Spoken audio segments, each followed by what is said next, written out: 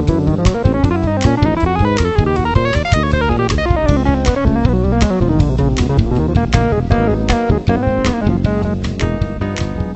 it a gig at the Jazz Dive in your hometown, or be it Carnegie Hall, be it the North Sea Jazz Festival in Rotterdam, it could be the Blue Note in Tokyo, wherever it is, we want to get to where we're making the most of our potential as players.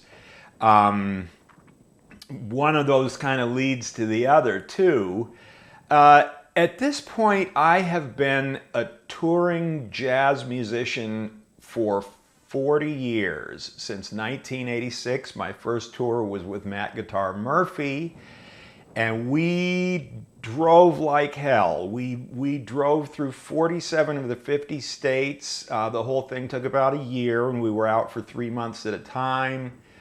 I'm going to explain how I got to this, but I have worked with the Brecker brothers for 4 years, David Sanborn off and on for 15 or 20 years, Richard Bona, Sadao Watanabe, the great Japanese saxophonist, Chris Mingdoki's band with Dave Weckl and Dean Brown, which is my longest standing thing by far. And what a great band that thing is. Frank Gambale, Randy Crawford, Lee Ritenour, now Bill Evans. I've been on tour with my own trio a couple times. And the phone keeps ringing, and I'm thankful for it because I love being on the road. But how do we get to where we're getting called for stuff like this is the point of this video. So I'm going to try to go down some points about what I think is important to getting yourself latched into the situation and then making the most of any connections you make. Point one is that I have turned down in my 43 years in the music business 6 or 8 gigs in all that time. If obviously I can't double book myself, but I took everything. When I was in Boston, I worked with kind of a sad little top 40 trio where I played left-hand bass. That was a good experience. Made me some money where I could buy gear with it. When I first moved to New York, one of the first things I did was go to this place called the 55 Bar. Rest in peace, 55 Bar, we loved you. And I met 3 musicians from Texas there. They introduced me to this amazing go-getter and a very good bass player who became a good friend of mine named Eric Udell. And Eric was always hustling around New York City, putting together any gig he could. And a lot of these didn't pay a damn thing. You know, we had a long-standing gig just playing bass and piano at this bar on 8th Avenue and 18th Street, and they paid us $25 plus a hamburger. But I just said yes to everything. And I know a shocking amount of musicians who are the same way. So I'm saying yes to everything, and, I'm meeting people along the way. I did a rehearsal band for a very good trombonist and composer named Eric Golitz. And in that band, I don't know if you even remember how he got my name, but I had been, some of these gigs that Eric Udell was putting together, we would have, I would meet a drummer, I would meet a bass player or something. And somebody recommended me for this. And I met Dick Weller and Greg Jones, a couple really good guitar players. Rick Molina was in that band. And, that was hard music for me. I don't read that stuff that well, and there's bars of 13 and stuff like that. So I had to take it home and really work on it. Some people can read that stuff. I can't, but it was important to me that wherever I was appearing, that I was, sounding as good as I could. So I'm meeting all these people, and one of the things that Eric Udell found, he got into Matt Guitar Murphy's band, and Matt was a touring musician, They came down through Florida where I was working on cruise ships. They picked me up. Their keyboard player wanted to quit and go home to Florida, so I picked that up and did it for a year. When I got off of that gig, I get a phone call, and the guy on the other end of the phone says, "Hi, George, you were recommended to us by somebody. I think Baron Raymonde might have done it. Would you like to join Lyle Lovett's band?" And I had never heard of Lyle Lovett. And they were paying $750 a week. And with Matt, we had been making $310 a week. But I wanted to stay in New York and see if I could get myself established. So I said, I don't think so. I'm going to try to hang out in New York. 2 weeks later, I turn on the TV, and who's on The Tonight Show but Lyle Lovett? So who knows what would have happened if I had taken that gig. The point is that in each of these situations, people are saying, hey, there's this keyboard player, you should check him out. And I'm networking my way around. I did a wedding band for, what would it be, 4 or 5 years, something like that. And it was a great wedding band. We had Chuck Mangioni's drummer in it. We had great Chaka Khan's bass player. We had George Benson's bass player would sit in. Great horn section, killer singer, great guitar player named Chris Taylor. Super fun band, but it was mostly weddings and bar mitzvahs and corporate events and stuff like that. I figure we did about 500 of them. And I was living in Brooklyn, and I went all the way up to Connecticut to do these. But through that band would come these really great musicians. And one of the great musicians who came through there was a bass player named Gary Haas. And Gary had been, the guy who took Anthony Jackson's place in Chaka Khan's band.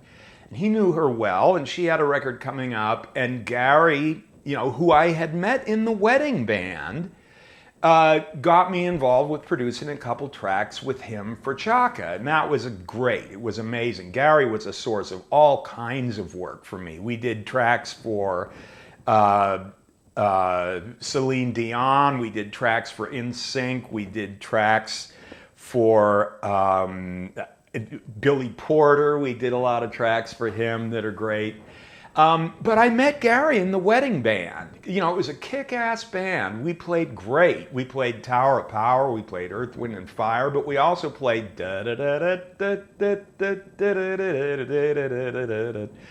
Anyway, so that was that. If I hadn't been saying yes to all this stuff, I wouldn't have met Gary, and I wouldn't have done any of that work. Another musician who came through there was Joel Rosenblatt, the drummer from Spyro Gyra. And, everybody knew it was a great fun gig to do. So if our regular drummer couldn't make it for some reason, we had a lot of people who wanted to, to take the chair and just have some fun and make $225. Joel recommended me, he was playing with Ileana Elias, the fantastic Brazilian pianist, and she needed somebody she had done a record with a lot of production on it, and he recommended me to her. And, this was my first opportunity to play with like a major league jazz person. And I went so nuts with her. She had a tune that went boop beep boodie doo boo like a take 6 kind of thing, and all of those notes were harmonized with this beautiful Ileana harmony, and she had sung it herself. And I thought, gee, it would be great if we could play that live.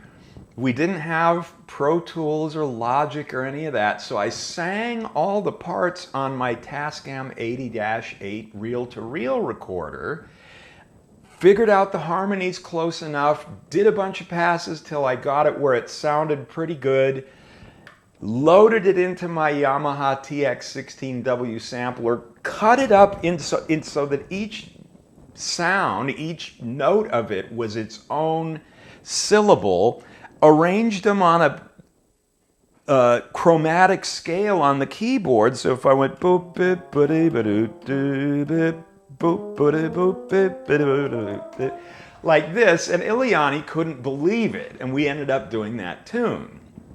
But that is how nuts that I was willing to go to make sure that I made an impression on her. About 6 months after that, I get this call from Randy Brecker, and Iliani, who I had met through Joel, who I had met through a bar mitzvah band, Iliani recommended me to Randy to help him work up some demos, and that's how I got on the Brecker Brothers gig.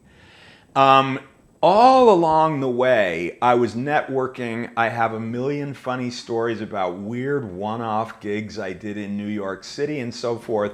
But the point, to circle back, is that I never turned anything down. And you never know what cool musician you're going to meet who might be a part of your life in some key way. So that's number one, is just take everything. You know, I remember doing reggae gigs, and I'm not a reggae musician. And what I have always thought about reggae, which is that very few people can play that right. That is one of those feels. It reminds me a lot of like certain kinds of Latin feels where the push-pull is hard to duplicate, but gee, I had fun with it. You know, it was interesting for me to try it. I met guys. So that's number one. Number two is a famous quote from the great Don Elias. Don was a fantastic percussionist, obviously, and a way bigger than life, ultra fun person to be on the road with and to play with. And Don used to say, "You got to give good bus," by which he means you have to be a good hang. And that means letting a lot of stuff roll off your back. And, you know, I could tell one of these days I'm going to make a YouTube about David Sanborn's band paying the bill when we all went out to dinner. But, you know, pay your share. Be fun to be with, don't smell bad. You know, if you're on a tour bus, it's like a little locked environment that's almost like you're at the bottom of the ocean or something. And you just got to be a good person who can get along. The jazz world kind of tends to weed out people who want to, you know, argue or start fights and whatnot, and you kind of have to pick your battles. It's not a good time to talk about politics, for one thing. So the playing has to be really great and really together, and the hang has to be really great and really together. I recommend that by some means you put yourself, and this will be point 3, you put yourself in the way of a group of people who can do you good. For me, it started out at the Berklee College of Music. I came from this little town in Oregon there was no jazz there at all, although I did have 3 friends that I could go jam with. But, you know, then I went to Berklee, and right away I started to get a feel for where I was at in my progress, which was not far. But I met people, and I met people who aligned with me. I always describe it as that was my first experience finding people from my home planet, and that's what Berklee felt like. But there's a lot of other ways to do this, and one of the ways that I did it, I went down, I ran out of money on my car. I had to leave my car on the Long Island Expressway. I literally had nothing. And I get this call from this guy who, again, I had done some stuff in Westchester County, and I remember what it was. I auditioned for Eddie U and the Turns. And Eddie U, this was like kind of a 50s, you know, rock and doo-wop band or something like that. And Eddie Untner, had a U-shaped bald spot on his head. And when they announced him, he would go like this and show the audience. And I had met someone on that. Again, I was turning down nothing. And they recommended me to the band leader on one of these cruise ships. And I get this phone call. And I'm like, yes, I'm there. You know, I don't have a nickel. So I flew down there. I was shocked at how great the musicians were in the band. The saxophonist Kenny Venezia was like kind of like a Steve Grossman style saxophonist. Great bass player named Tom Ostergren. Great drummer who's still playing named Tony Jefferson. And we could kick it when we were playing, Softly as in a Morning Sunrise and not the Love Boat theme. And I continued to meet great musicians down there. I moved over to the Disney ships and met Jim Rotundi and Wayne Da Silva, Junior Choi, a great trumpet player. Had all these great experiences, and it was challenging. Again, you know, I didn't read that great. One of the first shows we did was Julius LaRosa, who was kind of a competitor to Sinatra in the 50s. And we played his book, and I remember there was this tune called Shall We Dance that I expected was going to go, Shall we dance? Like this. And he counts it off, and it's like, Shall we dance? And I was lost after about a bar and a half. But again, it was a great experience. I met those guys. Some of those guys became my roommates in Florida after that, and then up in Brooklyn. Always networking and always trying to be an easy hang. I'm going to talk about some difficult situations that I have had to hang through in part 2 here, but I think I've babbled long enough. Please like, subscribe, and ring the bell so that you get notified when more of these things come out. And I'll see you next week for part 2, because there's much other advice in here about how to get yourself out there. My point with the cruise ships is that that's something you can be from Saskatoon or something and get yourself on a gig down there and, you know, be making money as a professional musician, but also getting a lot of super valuable experience and meeting people. And I always tell people, I don't think I'll ever laugh as hard in my life again as I laughed when I was on the cruise ships for that year. The whole band, me included, got fired off of all 4 of the ships we worked on. We were a killer band. But we were insubordinate, I believe, is the word we would use. So I'll see you for the next installment of this. And check out below my Patreon. I've got some lessons that I'm teaching as well.